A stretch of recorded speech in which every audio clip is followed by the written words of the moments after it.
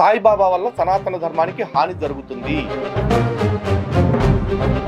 సాయి మతం సనాతనాన్ని ముంచటానికి, పాడు చేయటానికి, ఇంకా చెప్పాలంటే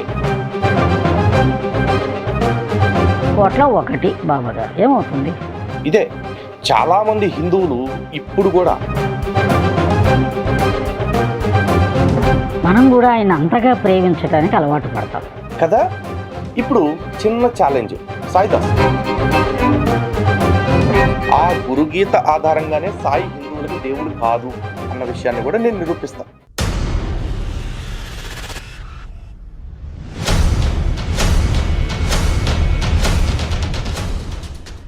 హిందూ బంధువులందరికీ జై శ్రీరామ్.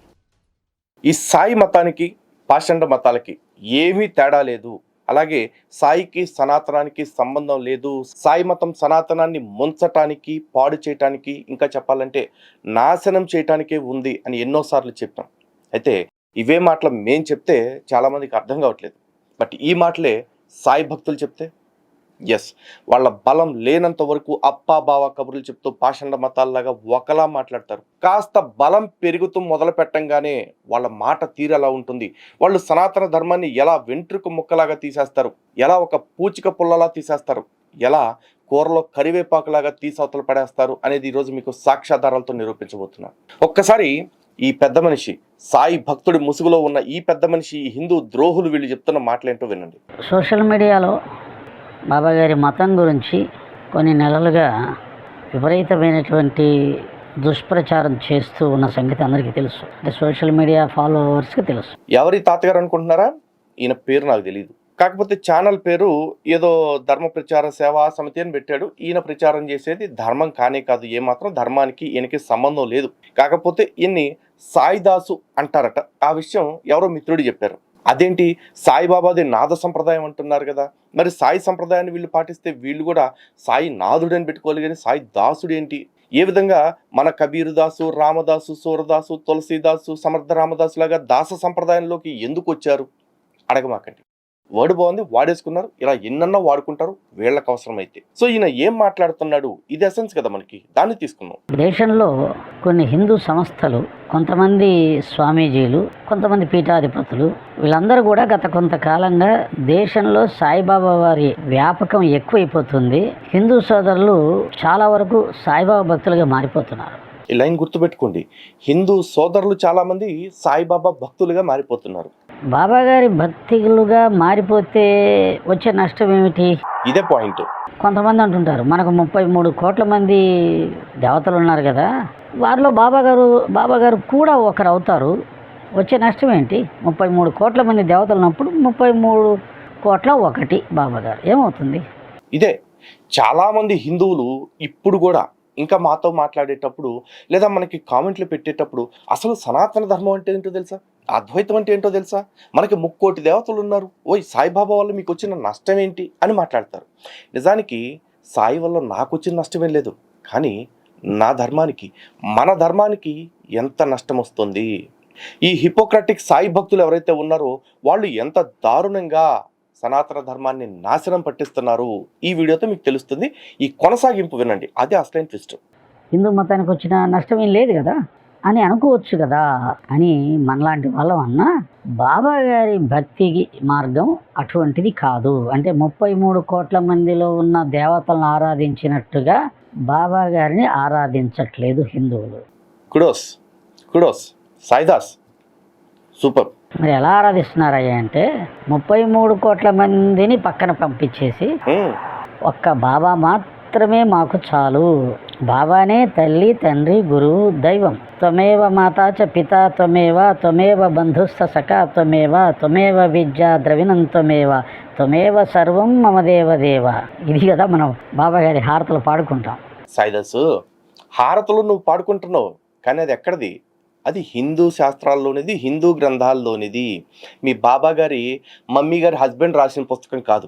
సో మేము 3 కోటి దేవతలను కూడా పక్కకు దోసేసి ఒక్క సాయిబాబాని పూజిస్తాం తప్ప 3 కోటి దేవతల పక్కన సాయిని పెట్టుకుని పూజించము అని సాయి భక్తులు స్పష్టంగా ఉన్నారు. మరి కాలానికి అందని సనాతన ధర్మాన్ని అనుసరిస్తున్న ఆ ధర్మానికి వారసులమైన మనం ఏం చేస్తాం?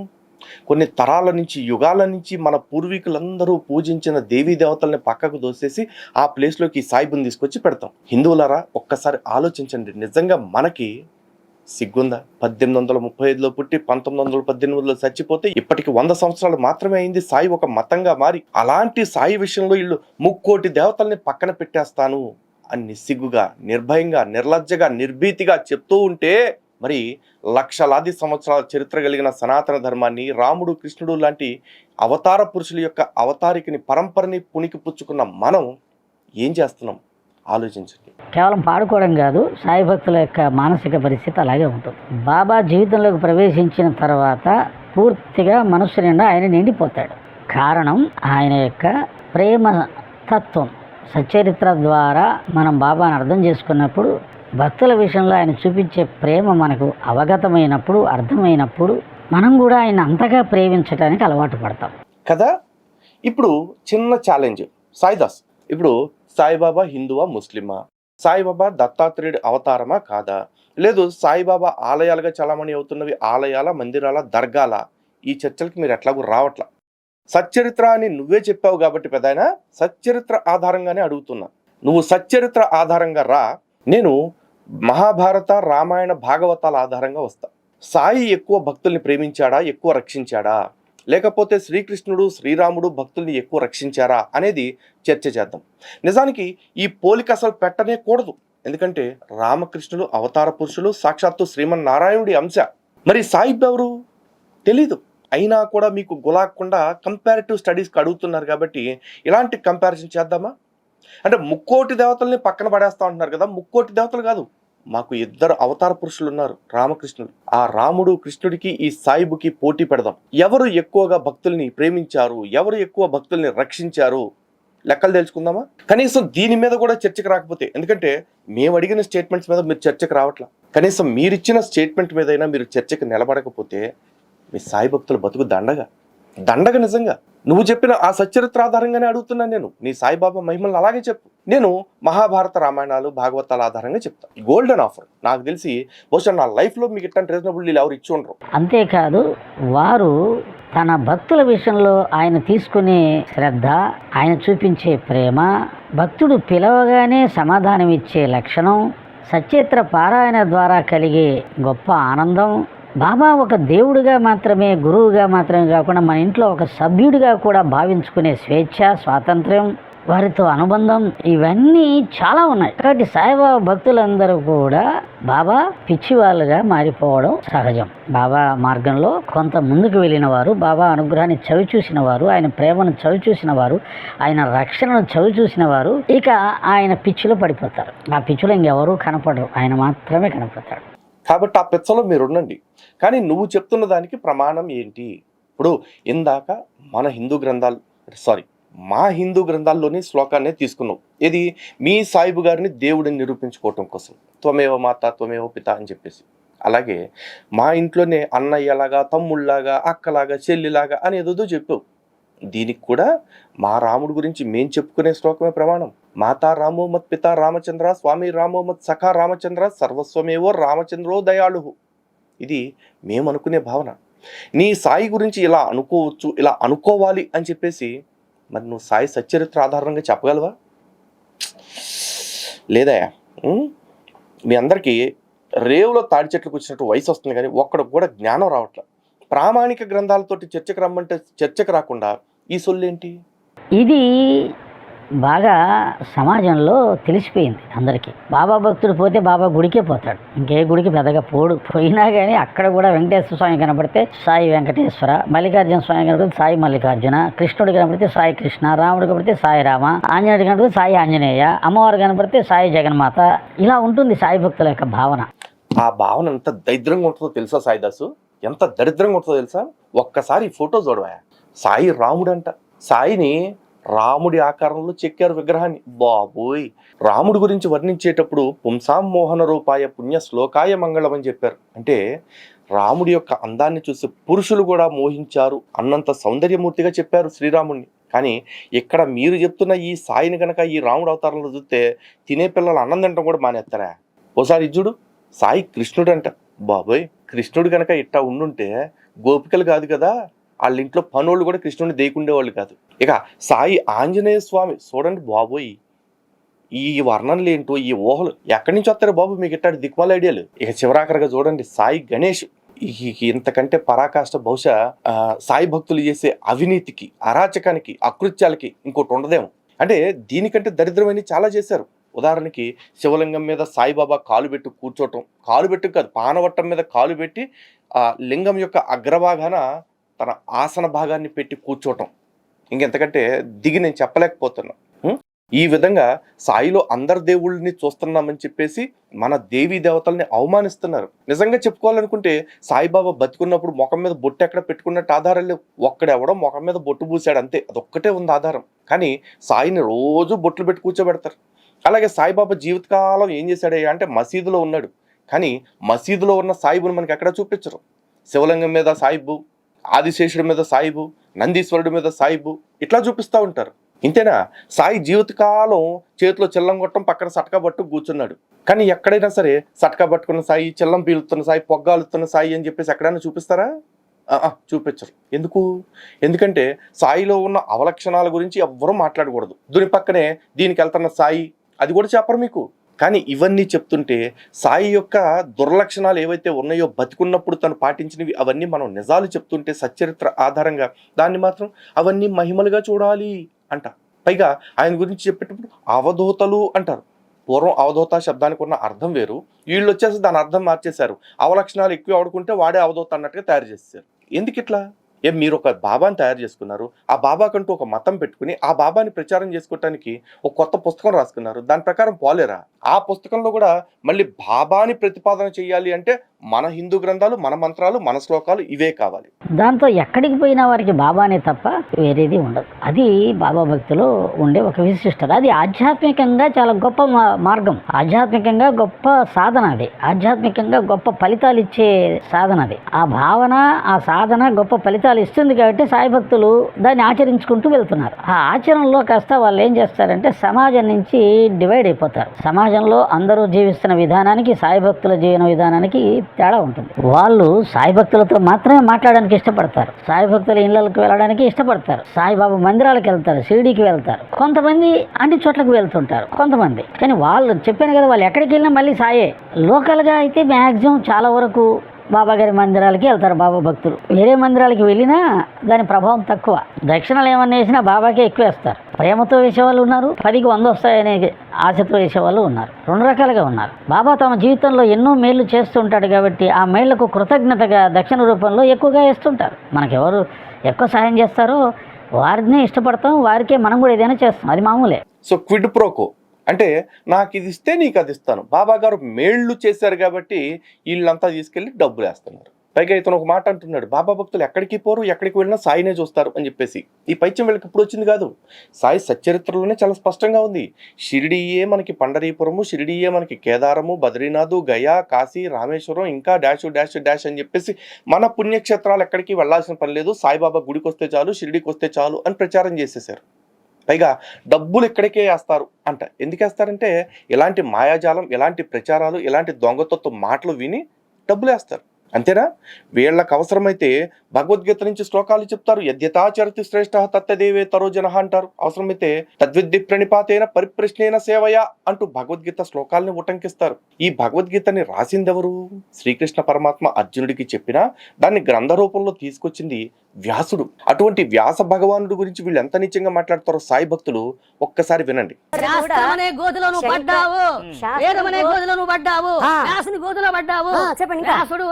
ప్రమాణం కాదు. విన్నారు కదా? సిగ్గు లేకుండా మరి భగవద్గీత శ్లోకాలని వీళ్ళు ఎలా ఉటంకిస్తారు? సిగ్గు లేకుండా ఆ మైనంగాడు లేకపోతే ఈ సాయి దాస్ అనేవాడు వీళ్ళందరూ కూడా గురుగీతలో అలాగుంది, గురుగీతలో ఎలా ఉంది అని గురువింద కబుర్లు చెప్తా ఉంటారు. మరి ఆ గురుగీత ఎక్కడది? స్కాంద పురాణ అంతర్గతం కదా. అది చెప్పింది ఎవరు? శివుడు పార్వతి అమ్మవారితో చెప్పింది కదా. మరి ఈ అష్టాదశ పురాణాలకి కర్త ఎవరు? వ్యాస భగవానుడు కదా. మరి వ్యాసుడి పురాణాలు ఇక్కడ కావాల్సి వచ్చినాయి. దీని గురించి ఒక్కడు కూడా ఈ రమణానందని ఖండిస్తూ, రమణానంద మాటలు మాకేంటి ప్రమాణం, రమణానంద ఏమీ తెలియనివాడు, రమణానంద మాటలు మేము సీరియస్గా తీసుకోము అని ఒక్క సాయి భక్తుడైనా సరే బయటకు వచ్చి చెప్పగలడా? అసలు సాయి భక్తులకి రమణానందకి సంబంధం ఏంటాయా అని ఒక్కడైనా మాట్లాడగలడా? లేడు. ఎందుకంటే ఈ రమణానంద చెప్పిన మాటే ప్రతి సాయి భక్తుడు చెప్పే మాట. ఇప్పుడు సాయిదాసు కూడా అదే మాట మాట్లాడుతున్నాడు. వీళ్ళు హిందువుల్ని మాయ చేయటానికి వేదాలని, పురాణాలని, ఇతిహాసాలని, మహాభారత, భాగవత, రామాయణ శ్లోకాలని వాడుకుంటారు తప్ప వీళ్ళకి వ్యాసుడి మీద కానీ, లేకపోతే ఆయన రాసిన పురాణాల మీద, ఇతిహాసాల మీద కానీ, బ్రహ్మసూత్రాల మీద కానీ ఏమాత్రం కూడా గౌరవం లేదు. పోని అలా అని చెప్పేసి సరే ఏదో మాయమాటలు చెప్తున్నారు కదా అని పోని వీళ్ళు అడుగుతున్న టాపిక్ మీద సాయిబాబా హిందూ గ్రంథాల ఆధారంగా హిందువులకి దేవుడు అని నిరూపిస్తారా అని అడిగితే పుస్తకాల ఆధారంగా నిరూపణ కుదురుతుందా ఎక్కడైనా అంటాడు. మరి పుస్తకాల్లో రాసిన శ్లోకం ఆధారంగా నిరూపించేశాం అని చెప్పినప్పుడు పుస్తకం ఆధారంగా నిరూపించడానికి రోగం ఏంటి? పైగా ఇంకొకడు ఉంటాడు, వాడు వచ్చేసి పలానా స్వామీజీ జీవిత చరిత్ర పుస్తకంలో బాబా గురించి ఒక లైన్ ఉంది తెలుసా అంటాడు. అదొక పుస్తకం 500 పేజీలు ఉంటే ఎన్ని వదిలేస్తాడు. ఈయన నమ్ముకున్న దాని గురించి ఒక లైన్ ఉంటే అది పట్టుకుని ఇది ప్రమాణం కదా అంటాడు. అలాగే ఇంకెవడో పుస్తకంలో బాబా గురించి మా అన్నయ్యని రాశాడు, మా తమ్ముడని రాశాడు కాబట్టి బాబా దేవుడే అంటాడు. వీళ్ళ లాజిక్లు ఎట్లా ఉంటాయంటే, నా కారుకు 4 టైర్లు ఉన్నాయి కాబట్టి బాబా దేవుడే, నేను ఇవాళ చికెన్ వేసుకుని అన్నం తిన్నాను కాబట్టి బాబా దేవుడే. అంటే దీనికి దానికి సంబంధం ఏంటని అడగండి. వాళ్ళు చెప్పేదానికి కూడా ఇలాగే ఇల్లాజికల్గా ఉంటాయి అన్నమాట. అది చెప్పడం నా ఉద్దేశం. అదే మ్యాజిక్. పోనీ వీళ్ళు అడుగుతున్నారు కదా అని, వారు బాబు భగవద్గీత ఆధారంగా సాయిబాబా హిందువులకి దేవుడు కాదు అని మేము నిరూపిస్తాం, దేవుడని మీరు నిరూపించగలరా అంటే రారు. వీళ్ళు ఏమంటారంటే గురుతత్వానికి గురుగీత ప్రమాణము అంటారు. సరే, ఈ గురుగింజలు ఏం చెప్పినా నేను గురుగీతగా వస్తానికి సిద్ధంగా ఉన్నా. గురుగీత ఆధారంగా బహుశా ఇది లాస్ట్ డీల్ అనుకుంటారా, ఎందుకంటే దాని తర్వాత లైఫ్లో ఎంతకంటే రీజనబుల్ డీల్ ఇంకోటి ఉండదు. మీరు ఏదైతే పట్టుకుంటున్నారో గురుగీత గురుగీత గురుగీత గురు వైభవం గురించి చెప్పింది అని చెప్పేసి ఆ గురుగీత ఆధారంగానే సాయి హిందువులకి దేవుడు కాదు అన్న విషయాన్ని కూడా నేను నిరూపిస్తాను. సాయి దేవుడు కాదు, కనీసం హిందువులకి సరైన గురువు కూడా కాదు అన్న విషయాన్ని నేను నిరూపిస్తా. దీని మీదైనా సరే ఎవడన్నా చర్చకు వస్తానికి సిద్ధంగా ఉంటే బాబు చెప్పండి, ఒక డేటు ప్లేసు టైము మీరే. పోనీ మీరు రాలేరా? మీరు ఎవరైతే పరమ ప్రమాణం అనుకుంటున్న ప్రవచనకర్తల పేర్లు చెప్తారో, పెద్దవాళ్ళ పేర్లు, ఆ ప్రవచనకర్తలను అడగండి. వాళ్ళకున్నంత జ్ఞానం పాండిత్యం మాకు లేదు. మేము పుస్తకాల్లో శ్లోకాలని చూసే మాట్లాడతాం. వాళ్ళకంటే మొత్తం కంఠోపాఠం, వాళ్ళకి ధారణాశక్తి అపారంగా ఉంది, భాషా పరిజ్ఞానం అపారంగా ఉంది. కాబట్టి వాళ్ళని తీసుకురండి.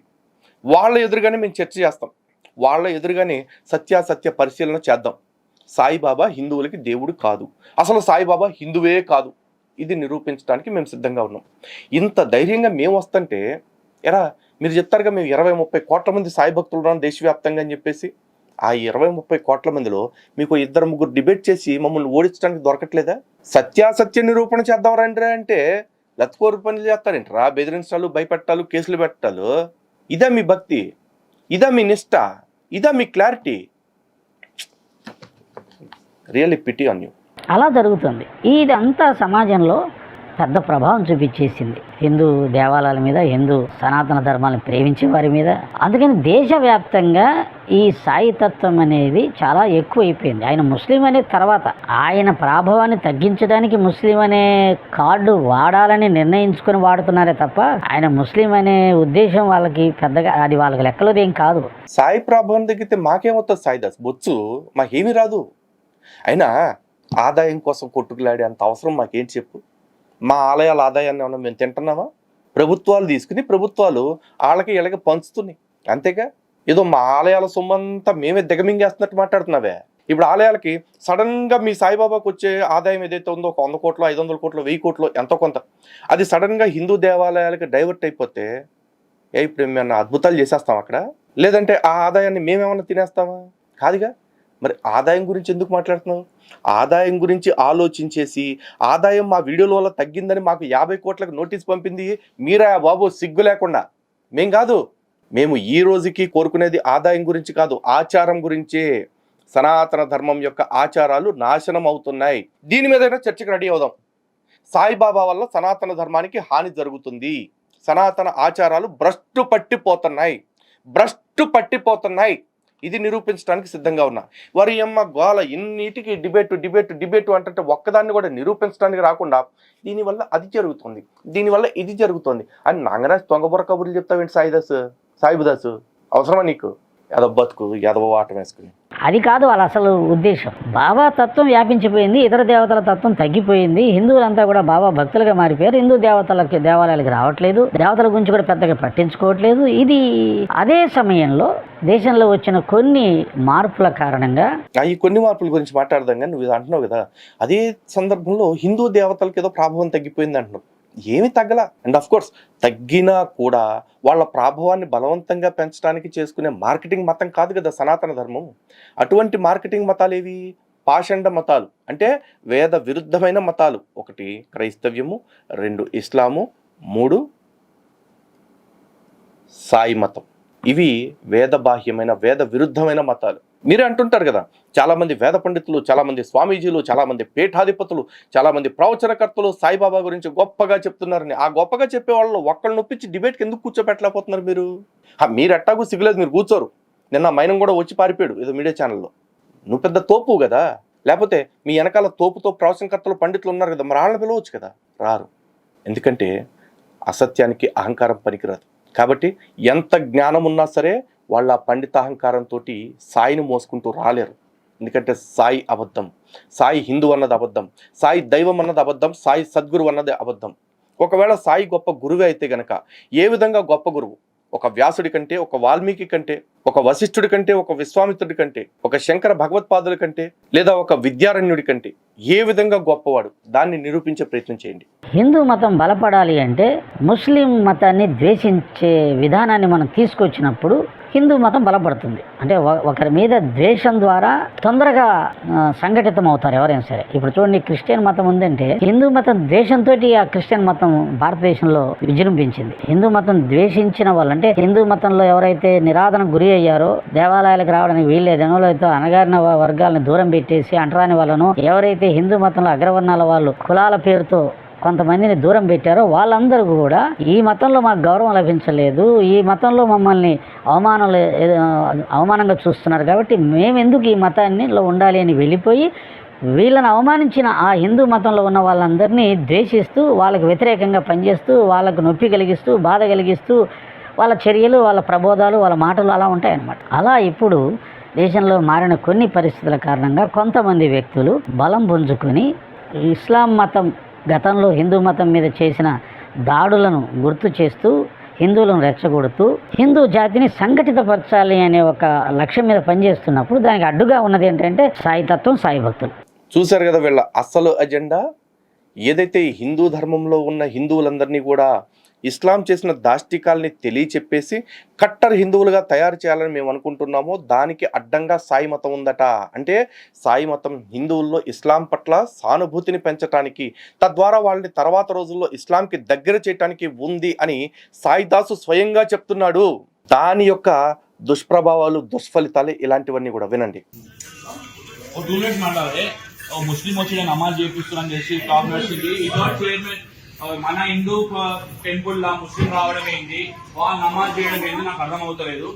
దయచేసి చైర్మన్ గారికి ఒకటి చెప్తున్నా, అసలు ప్రయోగాలు చేస్తే వచ్చిన వాళ్ళని చైర్మన్ కూడా కఠిన చర్యలు తీసుకోవాలి జరుగుతుంది. ఇటువంటి ప్రయోగాలు మనకు దమ్ము ఉంటే మనం మధ్యలో పూజలు చేస్తామా? చెయ్యము. చర్చలో పోయి చేస్తామా? చెయ్యము. మన ఈ ప్రయోగాలు ఏంది? ఇప్పటికే సంబంధించిన లవ్ జిహాద్ కేసులు అవుతున్నాయి, మన ఏరియాలోనే ఎన్నో కేసులు అవుతున్నాయి. వాళ్ళు దమ్ముంటే అబద్ధానికి బొట్టు పెట్టండి, బొట్టు పెట్టి చూపెట్టింది ఆ దేవుని మొక్కియండి, బొట్టు పెట్టండి. ఇప్పుడు బొట్టు పెట్టుకుంటాడా? పెట్టుకోడు. ఇటువంటి ప్రయోగాలు ఎందుకు చేస్తున్నారు? దేవుడు సాయిబాబా ఏమేందో ముస్లిం కమ్యూనిటీ చెందిన వాడైనా మన హిందువులో ఎప్పుడో కలిపేసుకున్నాం, మనం హిందూ పూజలుగా చేస్తున్నాం. సో దయచేసి చైర్మన్ గారికి నేను ఒకటి 100 మంది అభిప్రాయాలు తీసుకొని మీరు ఏదైనా పని చేయండి. మీ వ్యక్తిగత అభిప్రాయాలు తీసుకొని ఇట్లా రాజకీయాలు చేయకండి. మీరు చూస్తున్నారు కదా ఈ వీడియో. దీంట్లో ఈ వివాదం ఏంటి అనుకుంటున్నారా? ఒక దేవాలయంలో, సైదాబాద్లో ఉన్న సాయిబాబా ఆలయంలో అక్కడ ఉంటున్న ఆడవాళ్ళందరికీ కూడా ఒక ముస్లిం వ్యక్తిని తీసుకొచ్చి నమాజ్ని నేర్పించాలని ప్రయత్నం చేస్తుంటే ఒక హిందూ యువకుడు వెళ్ళి దాన్ని అడ్డుకొని, ఆల్రెడీ ఇప్పటికే లవ్ జిహాద్ వల్ల హిందూ సమాజం చాలా నష్టపోతుంటే ఇలాంటి దౌర్భాగ్య పనులు ఎందుకు చేస్తున్నారు అంటూ నిలదీశాడు. ఇక తర్వాత వీడియో చూడండి.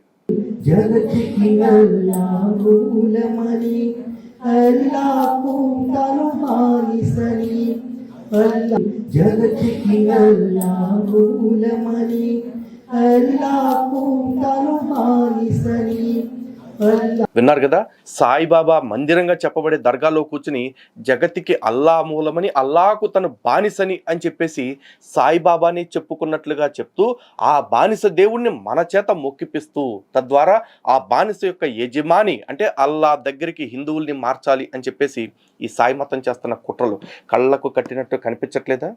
ఇవి కేవలం గుళ్ళల్లోనే కాదు, ఇళ్లల్లో కూడా జరుగుతున్నాయి. కావాలంటే ఈ వీడియో చూడండి. జగతికి అల్లా మూలమని, అల్లాకు తను బానిసని, జగతికి అల్లా మూలమని, అల్లాకు తను బానిసని.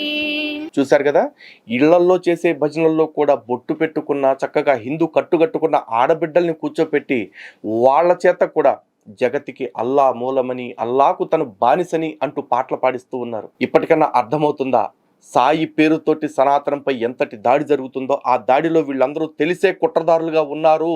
కానీ సాయి పేరుతో జరుగుతున్న వ్యాపారం బాగుండటంతో సిగ్గు లేకుండా డబ్బులకు అమ్ముడు పోతూ ఇలాంటి పనులు చేస్తూ ఉన్నారు. సాయిదాసు మాటల్లో మీకు ఆ స్పష్టత రావాలి, అప్పుడే మీరు నిఖార్సైన హిందువులు.